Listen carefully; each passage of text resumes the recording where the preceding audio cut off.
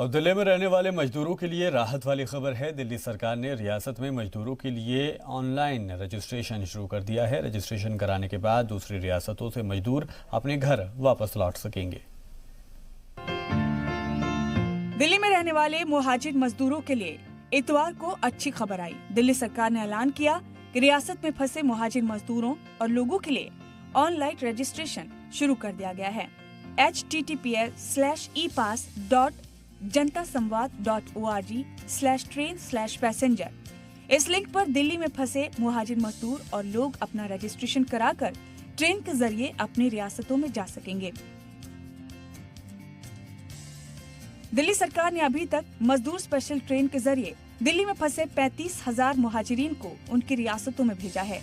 इसके अलावा 12,000 दीगर लोग आज 8 अलग अलग ट्रेनों के जरिए अलग अलग रियासतों में भेजे जाएंगे। दिल्ली सरकार ने अभी तक बिहार, मध्य प्रदेश, उत्तर प्रदेश और तमिलनाडु में ट्रेनें भेजी हैं।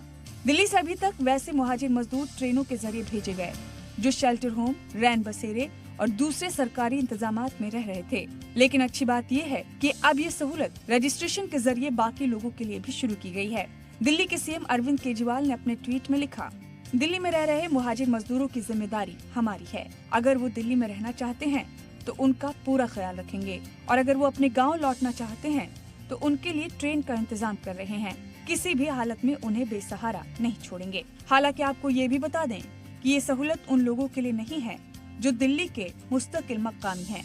रजिस्ट्रेशन सिर्फ वही बाशिंदे कर सकते हैं जो दिल्ली में गैर मुस्तकिल तौर पर रह रहे हैं। ब्यूरो रिपोर्ट, जी मीडिया।